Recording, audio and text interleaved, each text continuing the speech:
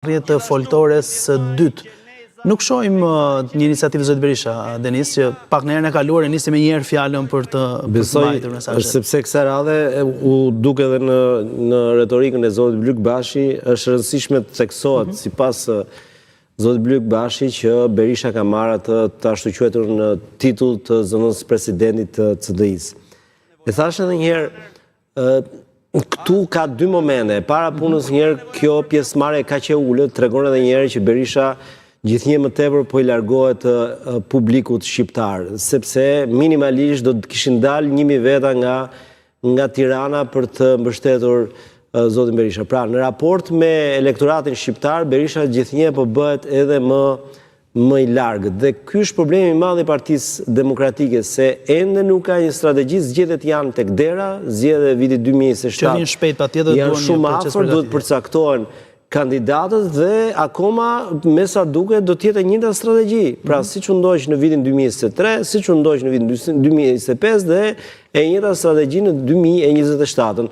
Që nënkupton nëse ecim me këtë ritëm, mund shohim edhe më pak bashki për Partinë Demokratike, gjë që nuk ka më edhe sens as ta gjykosh tani, se 6 bashki të shkosh poshtë 6 bashkive, e vetmja bashki ku Partia Demokratike në një farë mënyrë rivalizoi ishte Himara dhe aty u përdor një element si Fredi Beleri. Pra, kjo parti nuk po kthehet më, ka humbur prej kohësh atë që ishte misioni i alternativës së pushtetit.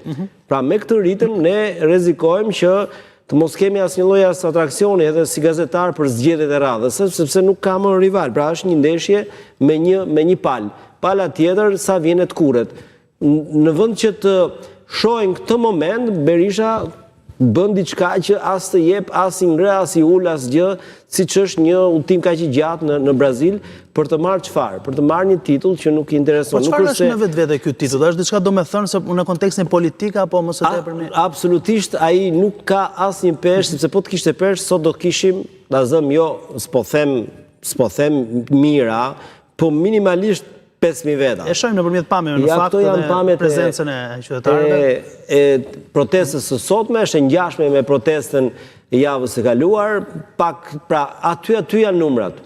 Pra kemi më pak se ku diun 200-300, nuk se zua të futem në këtë llogarinë e numrave se pastaj krijohet një lloj, por nuk ka njerëz. Kjo është e rëndësishme për të konstatuar. Pra, ne konstatojmë, dhe besoj vetëm ne, po gjithë publiku konstaton që Partia Demokratike jo në Brazil të shkoj Berisha, po kam përshtypjen edhe në shtëpinë e Bardh të shkoj dhe dalë andej, ky njeri ka humbur atë që është pëlqyeshmëria e publikut shqiptar. Dhe nga kjo pikpamje, Partia Demokratike nuk po e kupton, ose ka disa elementë që duan ta kuptojnë këtë fakt, por nuk janë të pafuqishëm për të dalë përballë zotit Berisha. Dhe Partia Demokratike do vazhdojë të ketë këtë rrudhje